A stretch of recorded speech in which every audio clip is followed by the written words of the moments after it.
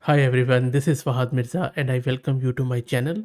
In this video, I am going to share with you yet another RAG tool which is quite interesting in terms that it deals with GraphRAG.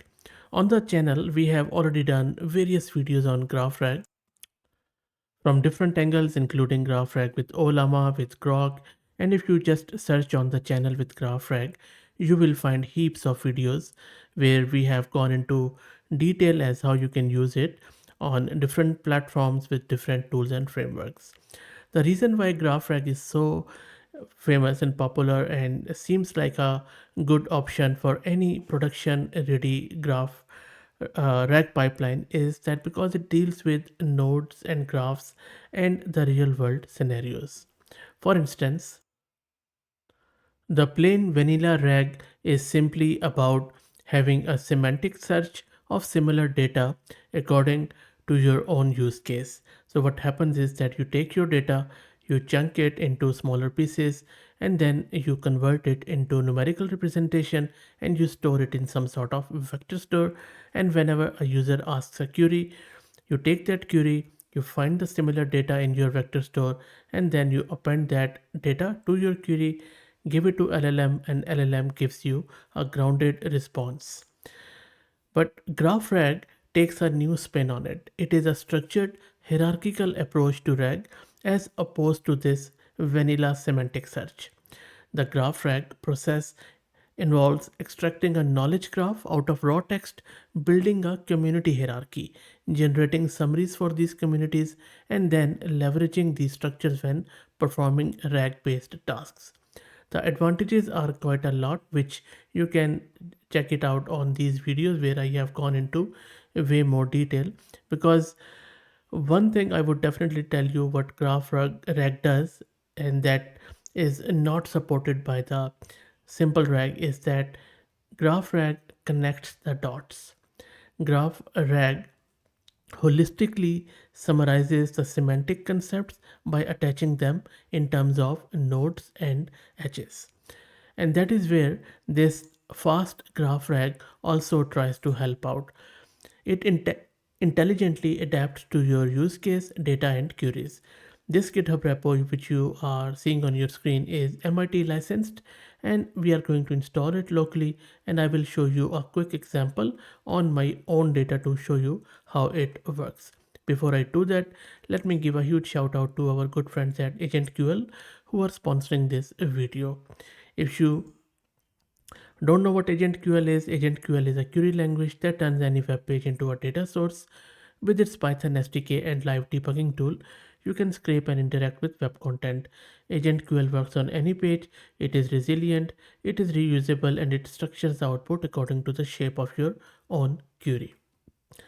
Coming back to this fast GraphRag, this GraphRag is um, sort of interesting in a sense that it offers a human navigable view of knowledge that can be curated, visualized, and updated. It is fast, efficient, and low cost. It's not free, and I will tell you shortly why it's not free. But it is designed to run at scale without heavy resources.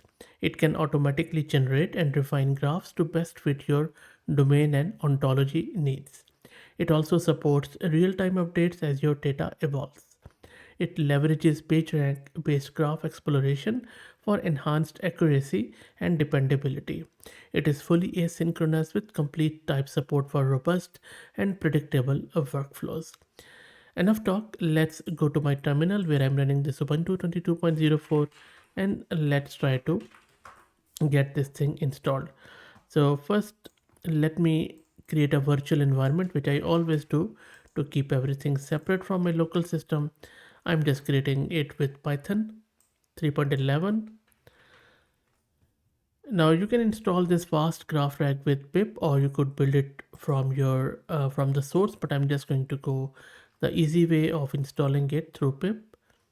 It shouldn't take too long. It's not that heavy, and that is all done. And now you would need the OpenAI's API key, which you can get from platform.openai.com, and that is why I mentioned that it is low cost. because it reuses a lot of information, which we will see shortly, but it is not free. I haven't seen any option of using it with any local LLMs with llama.cpp, Cobalt, or any Olama or LM Studio. So for that reason, you would need to go and grab your OpenAI API key, which is a paid option, and then just set it in this environment variable. Let me do that and clear my screen. So I have set my key, cleared my screen, and now I am launching the Jupyter notebook so that we could play around with this in our Jupyter browser environment. While that happens, let me give a huge shout out to Master Compute who are sponsoring the VM for this video. If you're looking to rent a GPU on very good prices, I will drop the link to their website in video's description. Plus, I'm also going to give you a coupon code of 50% discount on a range of GPUs.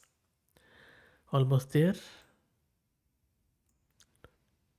And my Jupyter notebook is launched. Now let me show you how we can use this Fast GraphRAG. So it's a very simple code. First we are importing the GraphRAG and then we are setting up the domain. Now there are three things which you need to be aware of. Domain, which primarily tells you what exactly we are dealing with. It sets the overall high level context for you, and then we also provide some of the example queries which we are expecting from our own data, and then what sort of entity type we want to deal with. So for instance, what I have done here is I have just grabbed a text file where I have put in some information about myself, about the channel, that Fahad Mirza is a YouTuber, a YouTube channel, what exactly is presented on the channel, and I just use local model to generate this text. It is few of the paragraphs which I have put together in this text file. Now this text file contains data about myself, so that is why the domain is at understand Fahad Mirza's YouTube content. Of course, you can adapt it as per your own use case. And then I have just from the top of my mind came up with these example questions which users can ask about my data, that what makes this explanation of a concept unique and all that stuff. And then these are the entities which are found in my data, like person, AI concept, YouTube channel, and this will vary as per your own data and as per your own use case. This is the directory where my files are. This is a, and then this is where I am instantiating and initializing this GraphRAG with the working directory, domain, example, queries, and the entity type. And then I am opening my text file which I just showed you. This is usual Python stuff, and then we are reading it with GraphRAG, and then we are querying with the this grag object which we instantiated from GraphRAG. And the question which I'm asking from this is, what AI topics does Fahad Mirza typically cover, and then printing out the response. And there you go, you can see that the response is quite grounded in the data which I provided from that file, and that is quite interesting. I also checked the cost of running this query. It was around 10 cents, which is quite cheap if you compare it to the actual GraphRAG. But still, um, I, I believe that if you're using a lot of data and if you're using a lot of API calls, this might get pretty expensive pretty soon. So I think it will be really good stuff to get it integrated with some local model so that we don't have to really worry about any cost or any throttling. But other than that, really good stuff. Good to see community coming together to make RAG more interesting, in the words of the creator. So really good stuff there. And I hope that you enjoyed it. I will drop the link to this repo in video's description. Let me know what do you think. If you like the content, please consider subscribing to the channel and share the video among your network, as it helps a lot. Thanks for all the support.